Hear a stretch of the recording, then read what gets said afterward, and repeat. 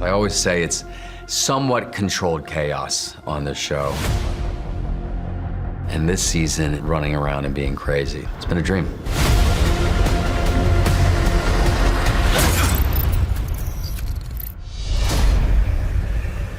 The only thing better than one Aaron Paul is several. And in a sense, he's still human, but it's gotten more complicated. He wakes up in a cell and is yet another version of himself, but he forgets that he knows that. But then it's revealed by seeing himself in other cells, and he's just desperate to get out.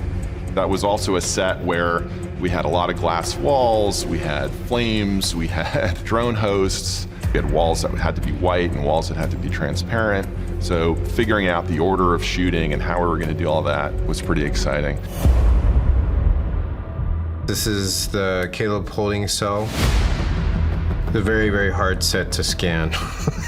It's nothing but reflective surface, but it's a phenomenally well-designed set. And we got pieces of it in here where we have some green screen work that we have to do with double Calebs this season. Double, triple, quadruple. I still think that despite the fact that he's had the Delos treatment and is now a replica of his former self, that there's so much humanity in him. Even though it's illogical, he doesn't stop fighting because he's fighting for something bigger than himself. He's fighting for his daughter. The stunt department on this show is just the top of their game. So I do everything up to a point, and then when, I could hurt myself, I just leave it up to the professionals and I go eat a sandwich somewhere. Aaron is game. Throughout this whole process, he's quick to tell you if there's something that he doesn't feel comfortable doing, but more often than not, he's happy to try everything.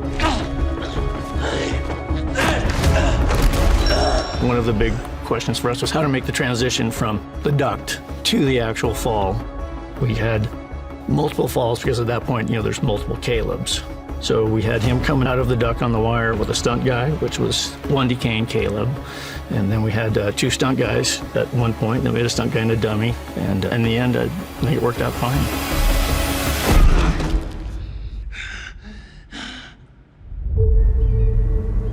At this point, the Temperance Park has been closed for 30-something years and has been essentially condemned, and all the land around it has been condemned. So we've seen an abundance of weeds and sand just sort of take over the Temperance Park, dry out the lake beds, and basically have a sense of naturalism growing through something that was unnatural.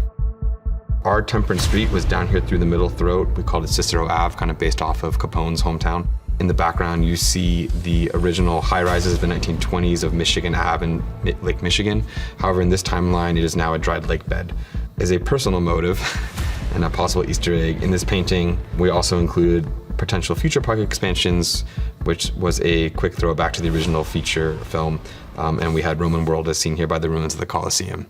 Fingers crossed that somehow this makes its way in. Aurora is just a total badass and just absolutely magnetic and compelling to watch. We needed an actor who could be strong, but also exhibit this kind of haunted vulnerability.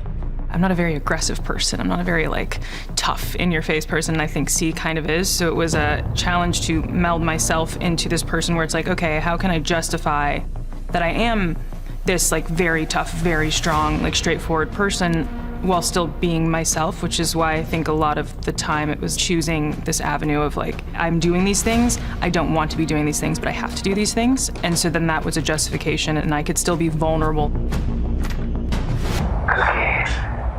Frankie, hey, it's your dad. I know you're out there, and if you're hearing this, I want you to know that you're going to win.